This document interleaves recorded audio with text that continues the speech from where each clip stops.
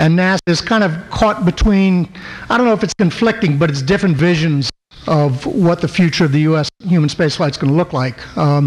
As you all know, the White House is focused on nurturing commercial services to transport astronauts to and from low Earth orbit, while Congress is focused on a government-owned space transportation system that utilizes space shuttle infrastructure and technology, and also constellation investments. The problem here is that it just doesn't appear in this current budgetary environment that we're going to be able to do both. And so, somebody mentioned before, this is political, and politics determines a lot of what NASA does.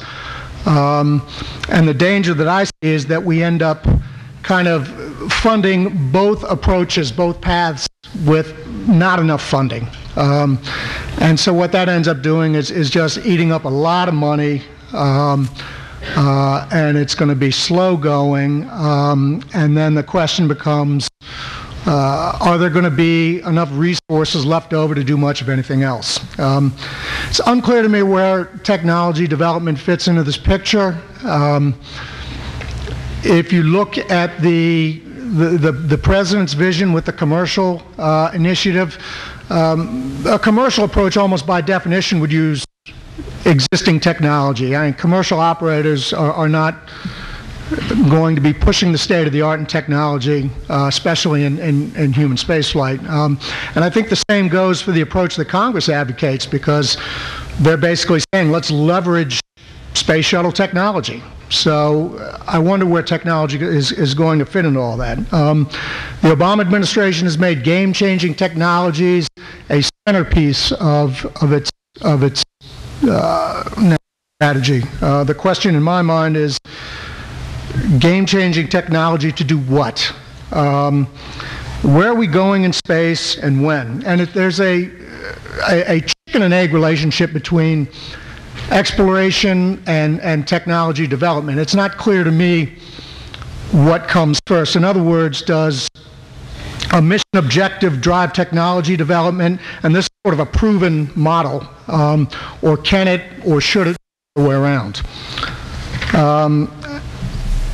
I think it also has to be noted that U.S. discretionary spending right now is under more pressure probably than it's ever been, certainly in my professional lifetime, and I don't know if there's ever been a situation that we're in right now when it comes to discretionary spending. And this would seem to bode poor for technology development, just because technology programs tend to be politically vulnerable. That's kind of the first place people go. Lawmakers, NASA, these are the budgets that get raided, basically. Now, of course, necessity is the mother of invention, so you would think that because we have this austere budget environment, that would really drive innovation, and that would be the sort of silver lining in all this. So, kind of remains to be seen whether that's going to come to pass. Anyway, so thanks for sticking around. Again, I think the panelists are going to make it worth your while, and I'm going to go ahead and introduce them now. What I'm going to do is I'm just going to introduce the panelists. They're going to get up, make presentations, and then we'll try to save some time for questions and answers afterwards. And I think we should have about 15 or 20 minutes. So to my left is Bobby Braun. He's the NASA Chief Technologist. In this capacity, he serves as the principal advisor and advocate on matters concerning space agency-wide technology policy and programs. To his left is Gregory Robinson, NASA Deputy Chief Engineer. He was appointed to the position in November 2005 and is responsible for developing and implementing engineering excellence, engineering technical authority, and improving program and project management and systems engineering. To Gregory's left is Nicholas White. He's the Director of Science and he's the Director of the Sciences and Exploration Directorate at NASA's Goddard Space Flight Center. The Sciences and Exploration Directorate provides the scientific leadership at Goddard to enable space-based research studies of the Earth, the Sun-Earth interaction, the solar system, and the universe. So with that, I will ask Bobby. Come on up.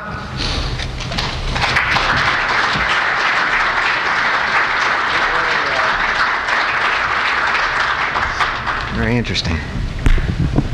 Okay. Good afternoon, everybody. It's great to be here. This is actually, I guess, the second time that I've been at this meeting. I want to thank you for the invitation. I am NASA's Chief Technologist. I think many of you know me. I've been in this position for about a year. I've been in the position during the time that Warren has just finished describing. And I just have to say off the bat that my interpretation of events and my personal view of the future is quite different than what you just heard. And maybe we can get into that in this panel discussion. But just to talk a little bit about where we are, we're at the Goddard Memorial Symposium, which is titled NASA, More Than You Can Imagine. Sorry, more than you imagine. I added the can. Well, I'll tell you what, I imagine quite a lot. And I know that there are people all around this country, at the NASA centers, in industry, in academia, that can also imagine quite a lot. And what's incumbent on us all now is to not just imagine those futures, but to make the investments required to enable those futures. And that's really what the technology programs at NASA are all about. As NASA's Chief Technologist, I have responsibility across the agency for the technology programs. I don't manage all the budget of the agency by any means, any way, shape, or form. But I have insight into the aeronautics technology, the science technology, the human exploration technologies that are going on. And I have direct management authority for one small slice of the agency called space technology. Space technology is a set of programs that have been requested by the administration. They total about 5% of NASA's overall budget in the 2012 request. In 2011, by the way, they totaled about 2 to 3% of the agency's budget. So let me just be clear right up front what we're talking about here. We're talking about 2% to 5% of the agency's budget being invested in technologies that we need for our future missions. Why are we making those investments? We're making those investments, we would like to make those investments because we have big plans. Anybody ever read a science decadal survey in this room? Raise your hand. Astrophysics, planetary, heliophysics, earth science, it doesn't matter what you're talking about.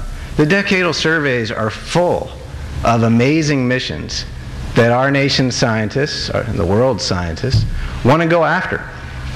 The only way we're going to accomplish these decadal survey missions in the sciences is through technology investments. We all know about the plans for human exploration. If I were to ask how many people would like to be involved in a journey or designing a venture to send humans beyond low Earth orbit, I imagine most hands would raise. Mine would be one of the first. Those are big plans. We're not going to get to those big plans without investing in the future. Just like each of you in this room invests a small amount of money from your paycheck into probably a stock account for your retirement. We all know stocks are risky. We all know that some stocks are game-changing. But yet we make those investments all the time with the knowledge that if we invest in a portfolio of investments, and if we invest over time, that when the time comes for us to retire, we'll have a nest egg. Companies do this. Companies have IRAD funds. Most companies do, at least. Startup companies that have visions of the future, they're making investments into new business areas, generally speaking, into technologies that will enable them to get new markets, new services, new jobs. What the administration is saying when they talk about space technology is that NASA, which is an agency all about the future, NASA is a government agency which embodies American ideals of leaving something better for our children, doing something better in the future than we're doing today, about more, I want to make sure I get it right, more than you imagine, right? All we're saying is that 3% to 5% of NASA's budget seems like a reasonable amount to invest in those futures. Now, when we invest in technologies for the futures, for our future aeronautics, science, and human exploration missions, there are also some benefits, some other benefits. These investments have been shown time and time again to have major economic competitiveness advantages. We know that when the federal government invests in research and development activities, it creates jobs. It creates high-tech jobs all across the country.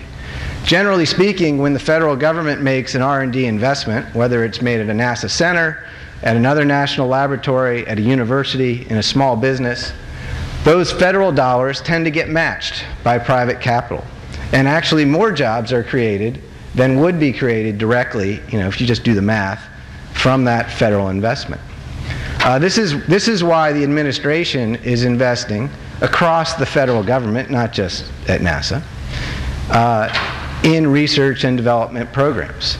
Now, within NASA, they've chosen to do so within the space technology program, because space technology is the centerpiece, if you will, within NASA of these types of R&D investments that the administration is interested in.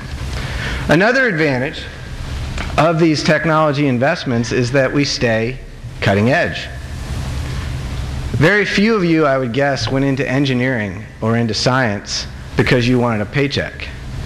You probably were drawn into science, technology, engineering, and mathematics because it was challenging, because you wanted to prove yourself, because you wanted to do something that no one else had done. That's my definition of cutting edge. You wanted to be cutting edge. How do you stay cutting edge? The only way to stay cutting edge is to work at the cutting edge.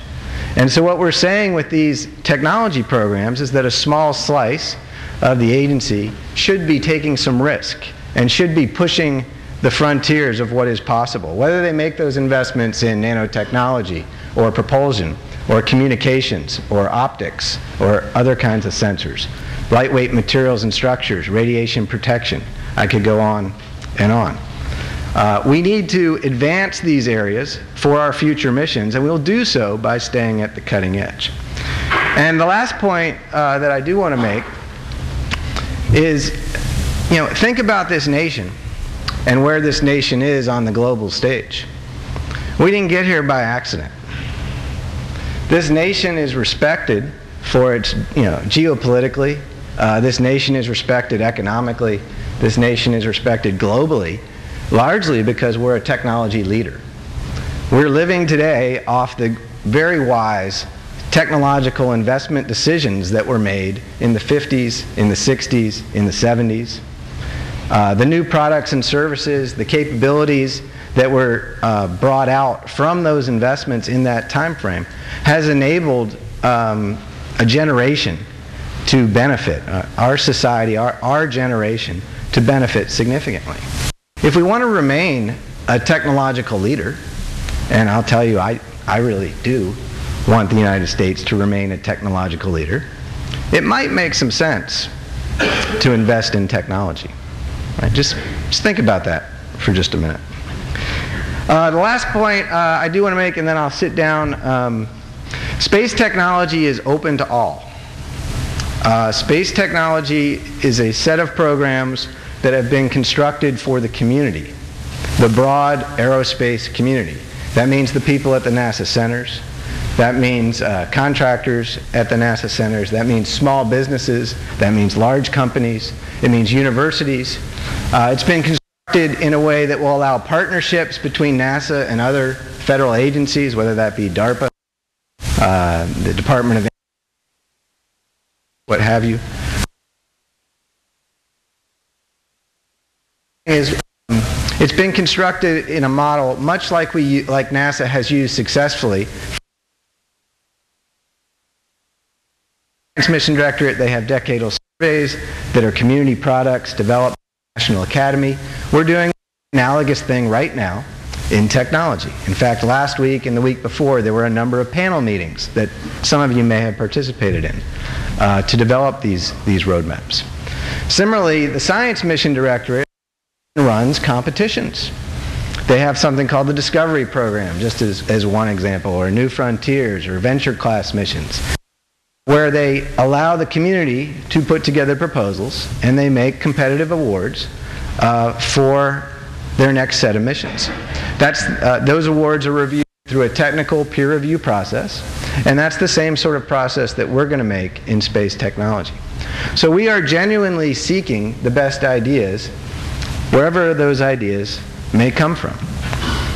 And those, generally speaking, those are the tenets upon which the space technology program has been built. I'll close by saying that I do agree with Warren on a few things.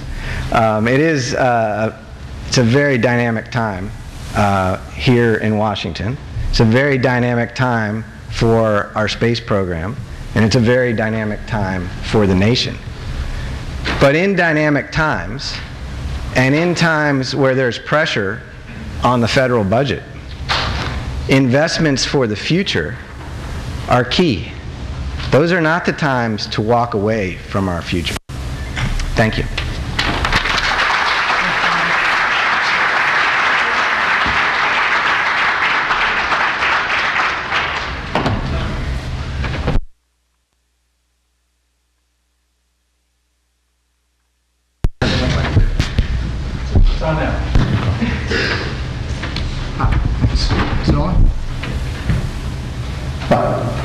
There we are.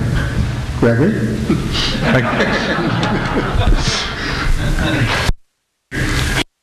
I'm glad to be here as well. When I saw most of the empty seats, I thought maybe it was late in the day. But I announced outside that I was going to talk about 7120.5. So that's, I thought that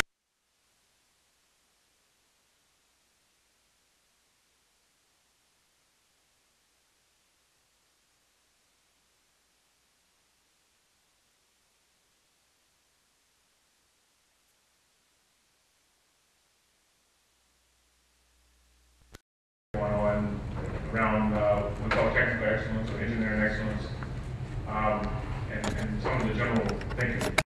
Implement some of the stuff you heard from the previous panel from Todd on SLS and the MPCV and the technology world. You're familiar with NASA's core values? We're going to talk about excellence here. I'm trying not to read to you. I used to say that everything revolved around people, processes, and tools. And one of my former bosses, Chris Scalise, always reminded me that there's another element called the environment, which you'll see on the next chart. We get people coming into NASA. Most of them are fresh outs. I know we do get others. Most of them are very strong in their discipline training out of the good universities around the country, around the world. Unfortunately, a lot of the American training in those areas is really going way down, which is a real shame, and especially when you look at graduate schools around the country. And of course we have an education program and other outreach to try to really improve that. So we said there's personal responsibility to get your hardcore training, go off and do the job, do it right. Then there's an organizational responsibility, which my organization plays a large role in. That's training and development. We try to make sure the young engineers have work to do, hands-on work. Hopefully they get to work on a lot of Bobby's portfolios, particularly the innovation type stuff. And currently there's a lot of that going on in the agency, but it's way down in the noise in comparison. So I certainly agree with Bobby. We need more of that, not just within NASA, but across the entire industry. So we do have a lot of young engineers working on technology. A lot of them cut their teeth on boxes at the spacecraft level and at the instrument level. So we're really promoting that. And not every center, as you know, in human space, they've had a long legacy of doing operations, so you don't get quite as much of that as you need. And we have some activities going on there to improve that as well. Let's see. The previous panel also mentioned tools, modeling simulation tools, CAD tools, PDM, LM tools. We're providing lots of tools. We're studying others. Which one should we use at a particular center? Should we go across the agency? Should we adopt what industry is using, and so forth? So it's our responsibility to make sure they have these tools and well trained in those tools. You've probably heard since the Columbia accident something called Technical Authority. That's something we've implemented across the agency, and that's for the technical community to have, we play with terms sometimes, somewhat equal footing as the project manager, program manager. Now, we know the program manager is always ultimately accountable for delivering the mission. But in making the technical decisions, the engineering organization has equal authority there. And there's a dissenting opinion process that's involved there. And believe me, it works all the way down to the lowest level engineer on the floor. And we've had many examples of that on shuttle and on some of the spacecraft missions as well. Where we, in one case, I forget which mission, I want to say 121, we had a materials and processes engineer at Marshall who didn't agree with one of the inserts in the turbo pump. And he briefed it to his engineering directorate, and they didn't agree. We think we're okay. And he briefed it to the center director, and same thing. And he was invited to the FRR in Florida to brief his case. He made a strong, compelling case, technical purity type case, and that's what we want. But we decided to fly anyhow. We thought the risk was acceptable, and we had a good flight. So we've really encouraged the technical authority, dissenting opinion, open communication. But once the organization makes a decision, you have to be ready to press on. And that hasn't always been the case either. So we're getting better at that. A few years ago, we started a technical fellows program, and that's run out of the NESC down at Langley, NASA Engineering Safety Center. And we have a fellow for most of the major disciplines in the agency, and they're responsible for nurturing their discipline, whether it's GNC or structures or thermal software. And that's going quite well. The community is really coming together, each of those. And we started something else a couple years ago called engineering steering committees. There's probably a 5 or 10% overlap with the NESC. And those are the division level, depending on what center you're at, maybe a department or lab level.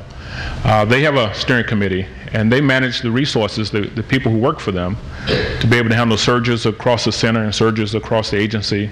Should we go with a common software core for all of our missions? Should we build up a GNC box that's a common box for all of our missions? They're looking at things like that.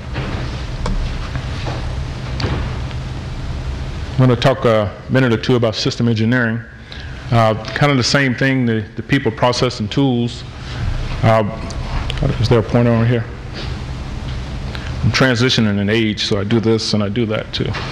Although I do have progresses recently, I'm still learning. There's always a huge debate, discussion about what is system engineering. Is it art? Is it science? We have a new process, NPR 7123.1 for system engineering. And we get arguments in the community all the time. Why should I use that document? We probably won't use it on the innovative stuff. It doesn't apply. But we're certainly using it in flight systems. Years ago, when people were working small missions, you could do a lot of build, test, and fly, and build, test, and fly. You didn't need as much process. When you're doing big flight missions, you need more process, more rigor. But you certainly can't lose the art. The art is what makes the thing really come together, the engineering behind it. I'm trying to make this quick so we have time for Q&A here. So we went out and did a survey of a lot of folks in the engineering community around the agency. I don't have that chart in here. And we asked the question, these were not newbies. These were folks who actually practiced in system engineers. We had a lot of disparate responses. It's the guy that manages the processes. It's the guy that does design. It's the guy that kind of having a great time, watching us doing that exploration. The thing I remember particularly about him is his excitement about looking for other blue dots, in the sky, and I think he would be so... Data management person. It's holistic and integrative. And on my next chart, I have a little diagram kind of showing an example of that. There's no single discipline. Generally in a mission, each so excited now to see the results coming out from it, and they want all of their margin on their side. We're trying to teach you can't have all your margin on your side, and that's the role of the system engineers to make sure everyone is balanced appropriately. And I won't read all of this to you. And this is just an illustration. In each of these areas, each subsystem manager wants everything on their end. They don't think about the total system. They think about their subsystem or their component or their discipline. And the role of the system engineer is to really bring all that together and make sure it's balanced across. And that's one of the things we're really promoting in the agency is good system engineering. And by the way, I think we've always had it, but it was never really codified. And this is just a diagram showing that we bring folks in, we train them up really strong in their discipline, very strong here. Over time, we want them to be able to apply that discipline knowledge, be able to manage and guide. And through some of our development programs and training programs, we give them, this is just normal work here, lots of hands-on work. They get strong in their discipline, they get a bigger subsystem to the system level. And then we train them in leadership and processes and systems management. And they become what I call the holistic system engineer. And this is my last chart here. Everyone knows what this is, the next great telescope. One of the reasons I had this in here, that there's always a lot of, I mentioned the tension between programmatics and engineering. And there were a lot of debates about how to test out the sunshade. Do you do it in a big chamber? Do you pop it out? Do you walk it out? Do you do it in ambient? And so forth. And I think there was a lot of blood, sweat, and tears on the floor over there at Goddard in those decisions. And one heard a preacher talk one time, and he talked about everyone knows a tomato is a fruit, but not everyone puts tomato in their fruit salad. Now, I'm sure some people do, but most people don't. And that's system engineering. You understand all the disciplines, what they're for, but you have to understand how to mix them and when not to mix them. And I look forward to questions.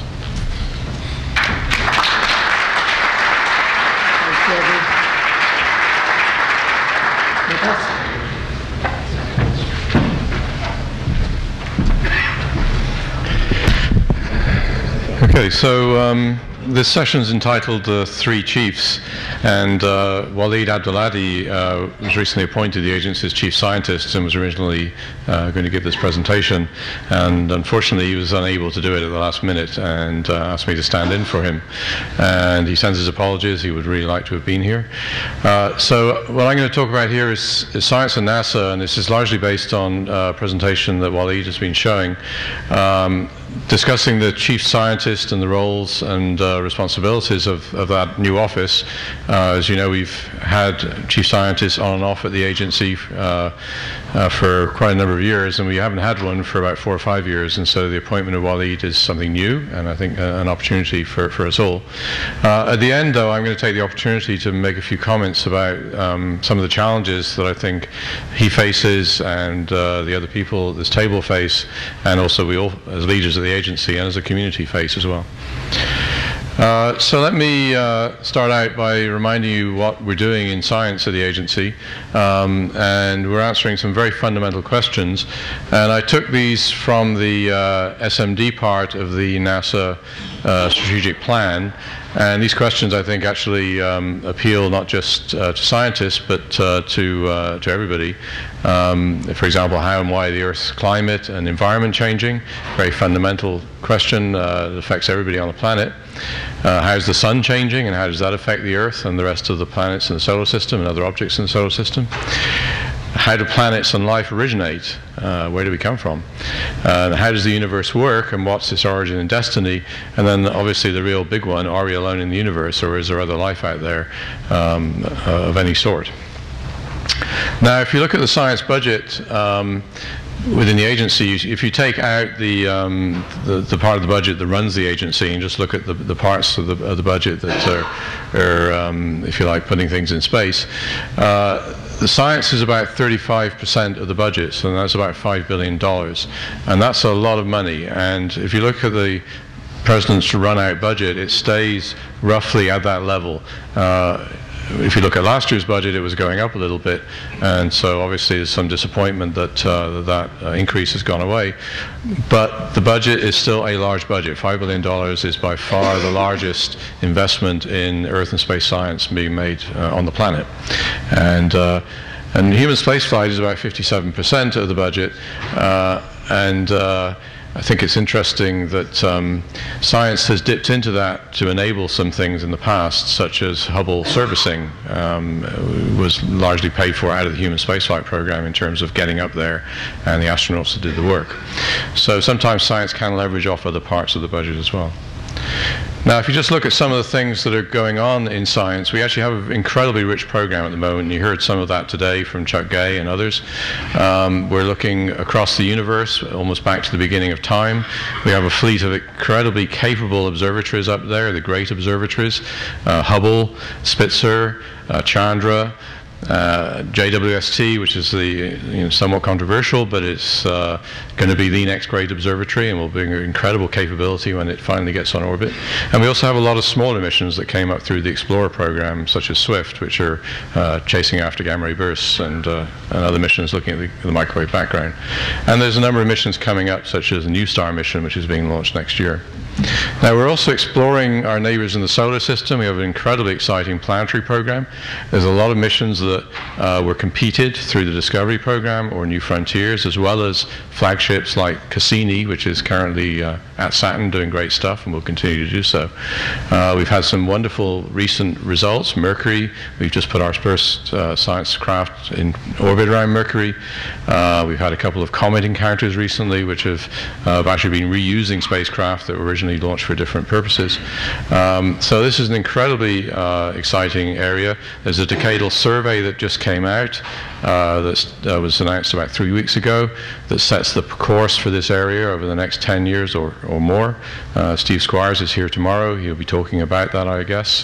He's giving the first talk tomorrow morning. We're examining our sun in great detail. We just launched the Solar Dynamics Observatory, and that is an incredible success. Almost real-time video feeds coming down of activity on the sun, watching CMEs, coronal mass ejections, and their impact on the Earth and space weather, and we'll hear some of that tomorrow. And we have missions in the pipeline, such as the MMS mission, which will be measuring magnetic reconnection and caused by events coming off the sun.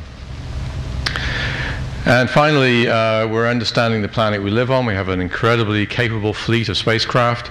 The Earth Observation System, which had its genesis in the 90s, has now been operating for many years and is delivering climate data records. It's giving us not just long-term views of our planet, but also short-term views, responding to natural disasters, such as what's been happening in Japan recently, and tracking plumes coming out of the nuclear power station, and other such natural unpleasant things that happen. And a lot of those capabilities are now being transferred over into an operational context with things like the MPP mission, which is going to be launching this year. And so NOAA takes over those things that NASA's been developing. And of course, the long-term thing we want to do is to understand what is happening to our planet, either things we're doing to it or things that are happening to it naturally.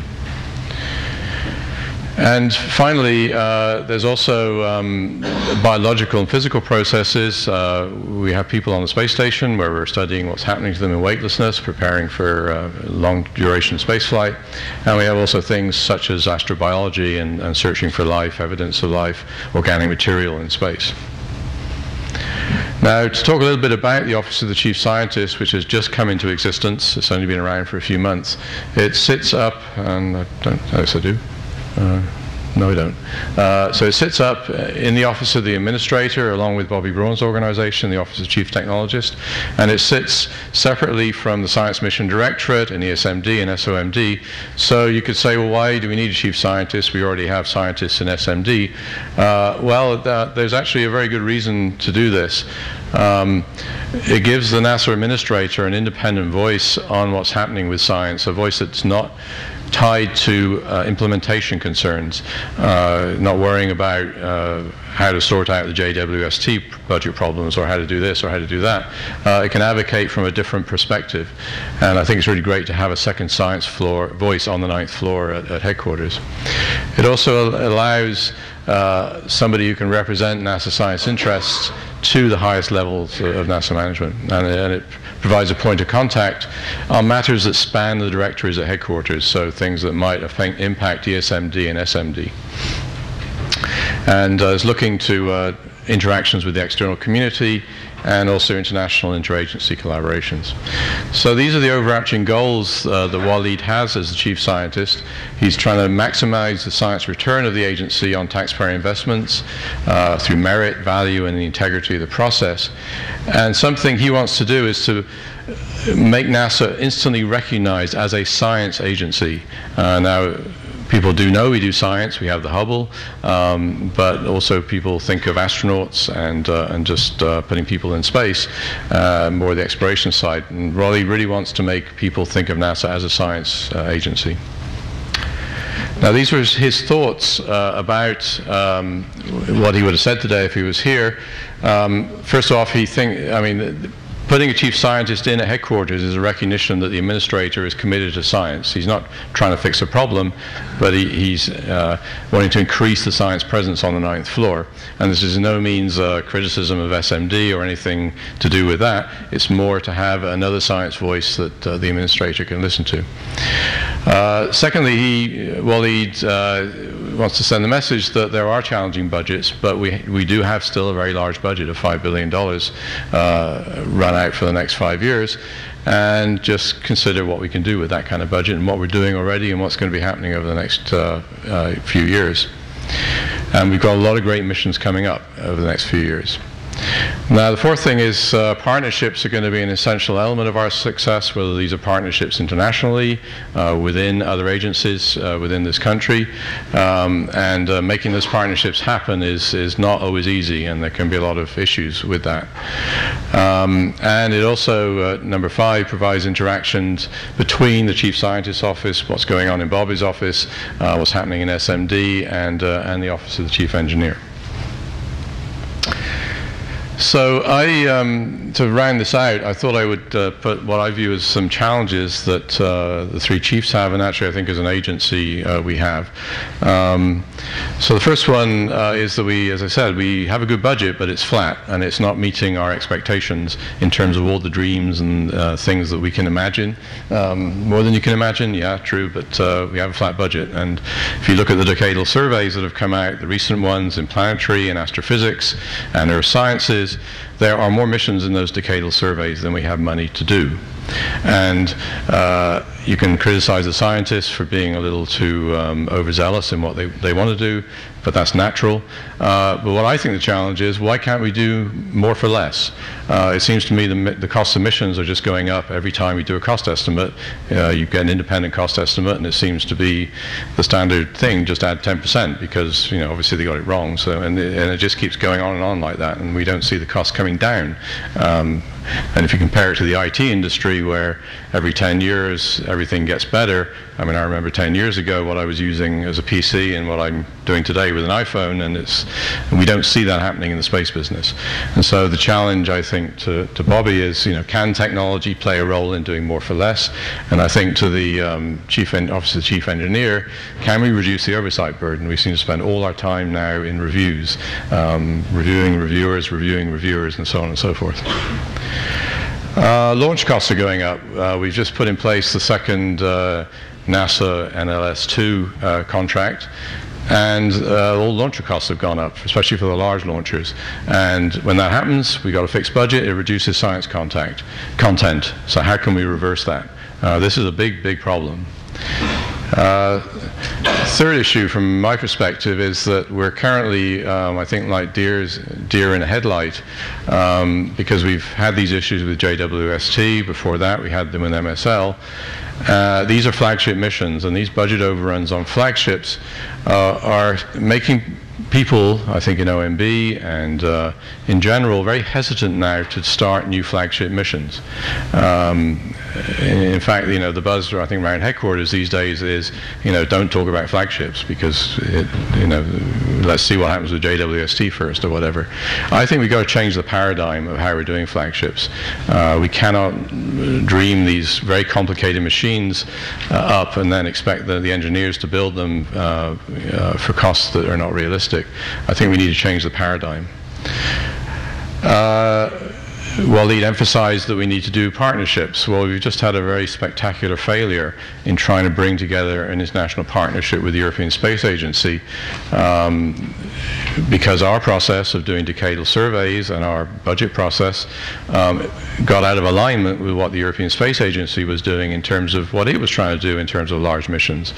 We had within astrophysics two large missions, IXO and LISA, which went through a decadal survey, and they did not come in number one on the US side. Whereas on the ESA side, they viewed those as their highest priority. We've had a dark energy mission that's been kicking around that DOE was going to be involved with, but then wasn't. ESA wants to do one. We want to do it. We haven't been able to come together on that yet. There's the Europa Jupiter system mission, which we were jointly studying with ESA, and that came in number 2 in the planetary decadal survey, and so now ESA's left standing at the altar, so to speak. So I think there's a real conundrum here. How do we do these partnerships with other agencies and actually get into a planning process where we get to a satisfactory result for all concerned? And finally, I think we've had a love-hate relationship between the science program and the human spaceflight program. We've had some spectacular successes, such as the Hubble servicing missions, which Goddard had a very strong involvement with, and they caught the public eye. They kept the Hubble young, probably for at least another 5, hopefully 10 years. The question is, with the new direction in this human spaceflight program, what is the connection between the science program and the human spaceflight program? What role does the human spaceflight program play in enabling the science program? And you could also say vice versa. There's been, I think, a lot of concern from the science side that because you keep seeing changes in the human program and it's not quite clear where it's going, there's a hesitancy to get involved. But on the other side, I heard a lot of great talks today about we're going to asteroids, we're going to Mars, we're going here, we're going there. But I didn't hear much about the science drivers for going there and what's the science priority. If you're going to send humans to an asteroid or to Mars, what's the science priority, and what kind of science are you going to do? Because I think at the end of the day, that's really what's going to drive going to those places, is actually do some science, not just take a few pretty pictures and come home. I think you're actually going to do science. That's going to be the main reason to go there, but I'm not hearing in any of the discussions what the science drivers are for going to those places. So those are my challenges to the 3 chiefs and to the agency. But at the end of the day, I really want to emphasize in this, I think also Waleed does, is that science is a very inspiring endeavor. A lot of the science we do grabs the public attention, and we're also, the science is here to serve the agency. So thank you.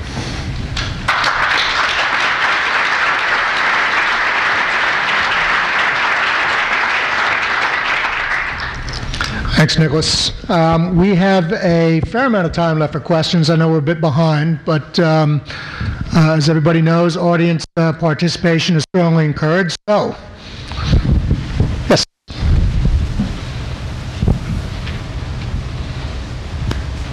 You're next. I'm Lloyd Purvis from NASA Goddard. My question was prompted by something that Greg Robinson said, that the quality of graduate schools in the U.S. seem to be going down. And so it's addressed to you, but to anyone else on the panel who cares to comment. To expand on that comment. I'll defer to a professor in a minute. I hope I didn't say the quality was going down. The number of U.S. students in the graduate schools around the country significantly diminished. And I think you can go to most, just talking the master's level, not the PhD school. The master's level, this is just my numbers, probably 75% international. I would think a PhD is even higher. Yeah, so I could just add to that. It's not necessarily just the quantity of students that are being pumped through the pipeline of our nation's universities. It's also the need, right? And in the aerospace community, we have a generation of people that are approaching retirement, and we have a very large need over these next couple decades for high-quality U.S. citizens in science, technology, engineering, and mathematics. So the need is up. Depends on the school whether the numbers are up or down. There are some schools where the numbers are actually significantly up, but it's not up to the point where it's matching the need. Let's put it that way. What would any of you attribute that to?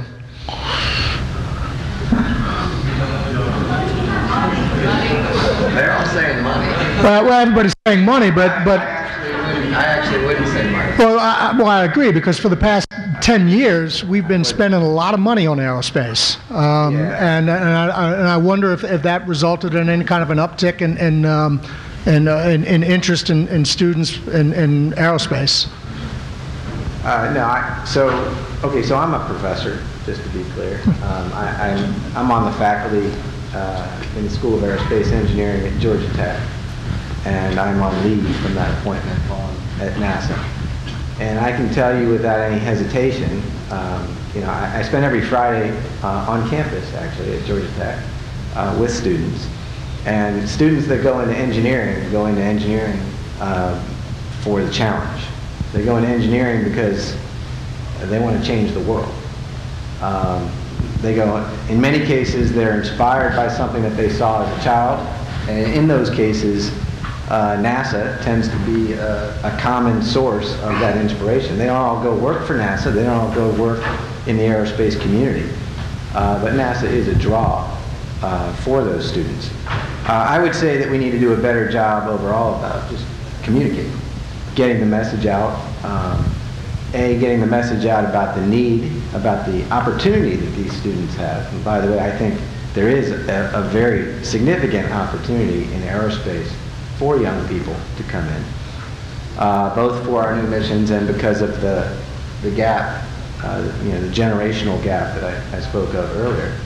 And we also need to communicate the excitement of the industry that we all feel when we're at a place like this, talking about the future. Fair point. People certainly don't go into journalism for the money. How about the young lady in the red? I got a mic. Okay, you're next. Yeah. The reason I want to ask the question, I'm a graduate from Georgia Tech, Aeronautical. A little sooner than you were there.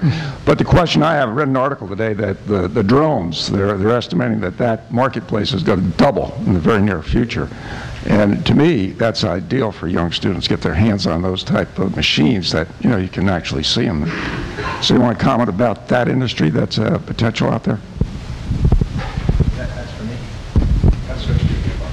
Yeah. All right. So the UAV market is going like gangbusters, sure. One thing that I will say about our educational system, the universities in this country, is they are getting much better at hands-on experiences for their students. So what the nation's universities do with undergraduates, let alone graduate students, is would surprise many of you if you haven't visited a campus lately, would surprise you relative to what we were doing just, say, a decade ago. Hands-on opportunities, work experiences in industry or in NASA or places like that are actually commonplace at places like Georgia Tech.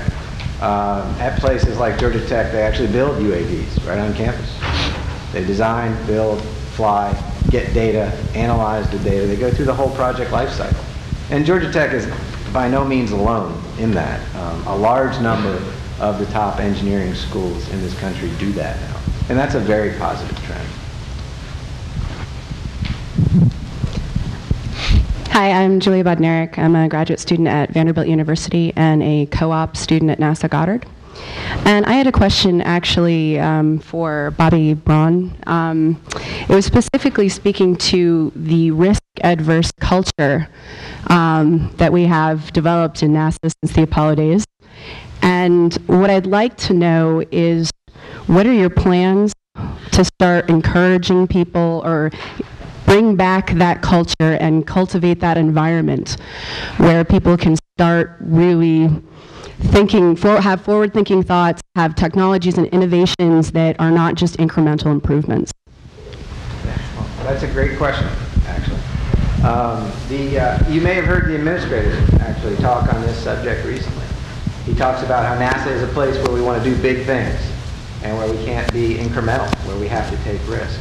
The way I've approached this problem is that NASA is a big place. And within a big place that is NASA, we can have a range of acceptable risk strategies. Obviously, if you're talking about human spaceflight, where human lives are hanging in the balance, or large flagship missions like Greg referred to, where a very significant dollar investment is involved. Full system engineering rigor, as NASA has developed over years, is probably required and probably a good thing. But as we go from human spaceflight to flagship missions to small science missions, and certainly when we get down to technology development, we have to be willing to take more risk. NASA's approach to risk is documented in the series of 7120, .5 and .8 kind of documents. Those documents are tailorable. We sometimes choose not to tailor them. And Mike Ruszkiewicz, the chief engineer, and I have had a number of discussions on this. And through space technology and through some of the very initial projects that we intend to start when we have an appropriation, what you'll see is NASA people and small businesses and universities and industry working together through space technology on projects where we do take risk and where we do tailor 7120.8, 7120.5. And so that will happen over time. Obviously, as we take more risk, we will also, not all of these technology developments will succeed. And that's something we have to be willing to accept as an agency. That's something that the administrator has said that he is willing to accept. Greg, you want to take a crack at that? Yeah, I'm going to just add on to what Bobby said. I agree with everything. I think we also have to, probably won't sound right, encourage failure. That it's okay to fail. It's one thing to say it, but when you get your first one, if you don't beat them over the head, then I think you'll be okay. And oftentimes we practice that when we're implementing flight missions, and that's the wrong time to encourage failure. Also, if we do the technology the way Bobby has laid out, I think that will retire a lot of the risk-taking when you do a flight mission. If you're doing your technology in parallel to your flight development, then your risk posture is going to be different even for your technology. So you'd rather have that risk retired in what I call a safer, higher risk environment and not have to worry about that when you infuse it into your flight mission. Does anybody have a question for Nick? Because Marcia? You want to ask your question first? I do. I was wondering if you could talk more about the challenges of international cooperation when the NASA budget outlook has changed so much. You mentioned some of the discordance between the long-range plans of ESA and everything. Has that been true with other international space agencies? And is there a frustration on the part of the partners, or are they willing to work with us on this, or how are things going? Well, actually, there's a bilateral going on this week between ESA and NASA, and I'd love to be a fly on the wall at that meeting. I think that, at some level, each nation or agency has to do their planning and their prioritization in a way that brings in that community. The problem we have is that when you've got an agency like ESA, which is almost, it's a large agency, they're very capable, they can do their own stuff. If you want to come together with them to do even bigger things, you've got to figure out how to get into sequence so that we've all agreed these are the missions we want to do, and which of these missions are we going to pick, as opposed to having just a free range on one side or the other side, and then ending up with a different mission being picked that's not part of the scenario being discussed. Because you can end up, they probably spent 3 or 4 years, or at least a couple of years, studying these 3 possible missions, and at the end of the day on the US side, the community came in and said, no, they're all second or third or fourth priority. So it's really the issue is how do we, in an international world, set the science priorities, match them against the available budgets on both sides, and then come out with a satisfactory solution at the end. And we just tried it, and as I said, it didn't work, and we've got to figure out a new way to do it now, I think. And it's going to be a big challenge. Gregory, how do you manage the systems engineering aspect of international cooperation? You have different engineering cultures. You have different people in control of different budgets for these things. How do you manage that from a... Well, in most of the flight missions, the providers do their own engineering. So the systems part across the providers is really the accommodation piece. And you do it through ICDs. A lot of our I'm sorry, SEDs? ICDs. ICDs? The interface control documents. Okay. I'm not an engineer. So if a partner is delivering, let's say the Japanese are delivering an instrument, they do all of their system engineering internal to that instrument. We would like to get involved in it and certainly know when it's going to be delivered, but most times we can't. And that's just part of the international agreement process. So normally we manage the interface through those documents. And so they know what they have to deliver to make that onto our spacecraft. And we do the same thing we're delivering to them. And in some cases, some of these feature missions, like the ExoMars type missions, but the jury's still out on how we're going to do those. Because we haven't decided who's going to deliver what, if we're going to collaborate on a particular deliverable, or if we're going to do them separately like we've done in the past. I would add that through these international missions, first of all, you've got to have somebody clearly in charge. I mean, you can't be unclear which agency has actually got the overall responsibility, and then you've got to have very clean interfaces. You've got to have well-defined deliverables that each agency is providing with a very good, clean interface. Otherwise, it just gets way too complicated, and the system engineering becomes unmanageable. So those are the two key things: somebody in charge and very clean interfaces for each bit that's delivered. Thanks. Any questions from the audience? Yes, sir.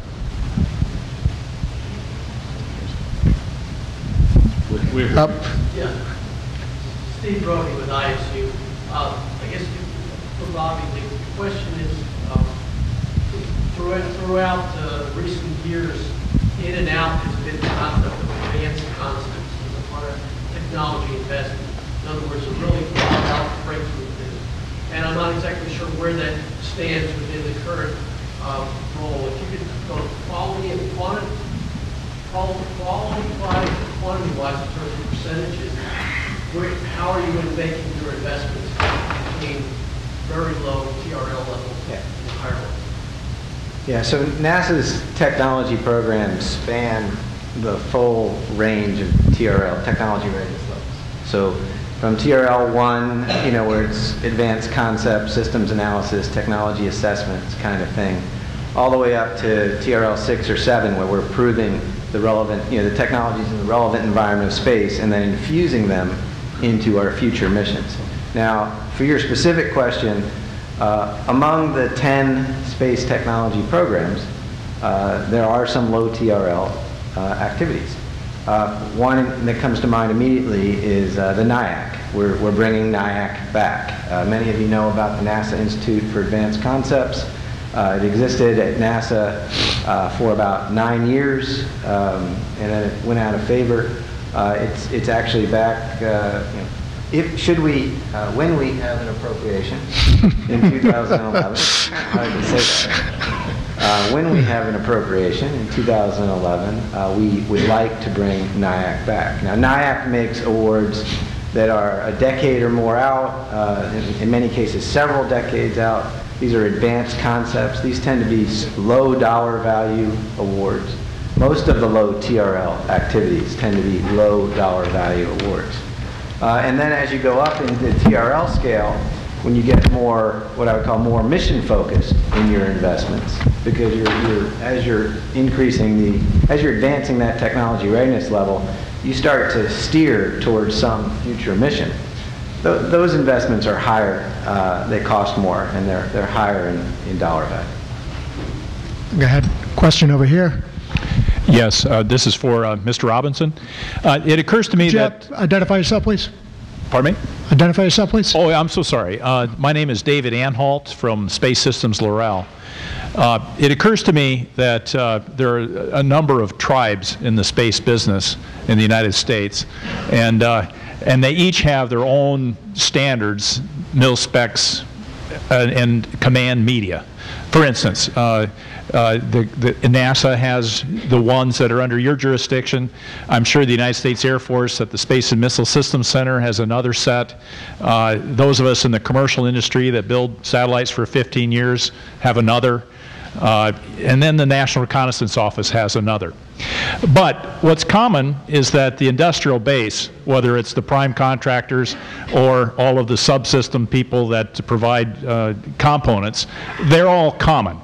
And I was just wondering what your opinion was, Mr. Robinson, about the cost savings that could accrue across the entire space enterprise if the chief engineers from these various tribes would smoke the peace pipe and provide a common set of standards so that the single factories around the country could actually contribute to mission assurance through rigorous repetition of the same approach across the enterprise. And to what degree have you been working with your counterparts in the various tribes of the space industry to that effect?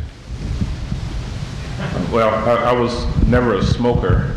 But people tell me, depending on where and how you grow your tobacco, it's going to taste different. So it takes to get the pipe. You know, when you think back many years ago, NASA used predominantly the mil specs and the mil standards, and our DoD partners used predominantly the mil specs and mil standards. Was it cheaper then? Even back then, all of the companies, and there were far more companies, primes back then than now, still use their internal command media, even though we had, for the most part, single government standards. We went through a phase, and I forget the time frame, mid-90s, early to mid-90s, where we had these SPI, single process initiatives, where many of the corporations would come in and say, let us use this single process, and it would match your standard, and everything will be fine. That worked for a few years, and then it didn't work anymore. In principle, I agree with you. Now, we have what's called industry standards, or the voluntary consensus standards, IEEEs, ASMEs, and so forth. And although all of us participate in developing these, all the companies, the government enterprises, we still, including the companies, don't use those off the shelf. We still bring them in and turn them into our internal process. And that's what creates the tribes. We all agree up here, but then we go back and create our own tribal document. And how do we resolve that? I'm really not sure. Because everyone feels like their tribal document is their competitive advantage.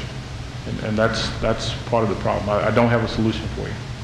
But we've tried several times, and it hasn't been any more successful.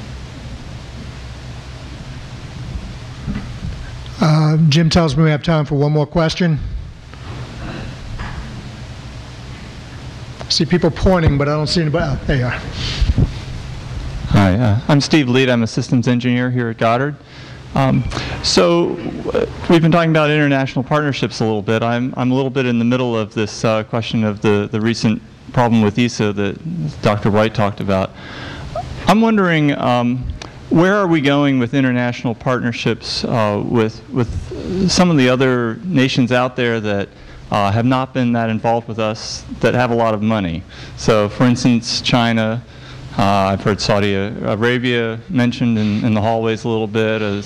Anyway, you know, we've been branching out. We've got something going on with Brazil and Argentina right now, and so on. I was wondering if you could just give us a little perspective on you know, where we might be going in the future. Yeah, so I think international partnerships is the way of the future. I think there's no doubt of that. And we've actually had in the past some very good examples of partnerships. I mean, Japan, JAXA is another major agency which we've had a lot of success with. I mean, there are other agencies actually within Europe. There are there's not just ESA, but there's also the national agencies in Europe, like CNES and DLR, which will have, and ASI, which have sufficient resources. So I think it is the way of the future, and we've got good examples in the past where it's worked.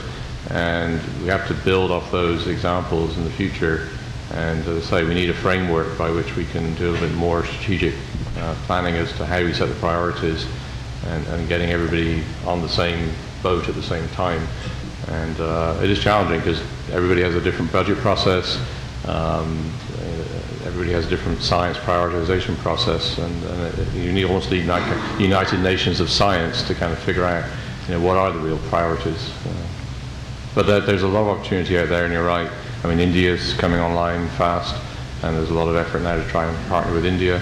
I think China is going to be a much tougher nut just because of the more diplomatic issues floating around there.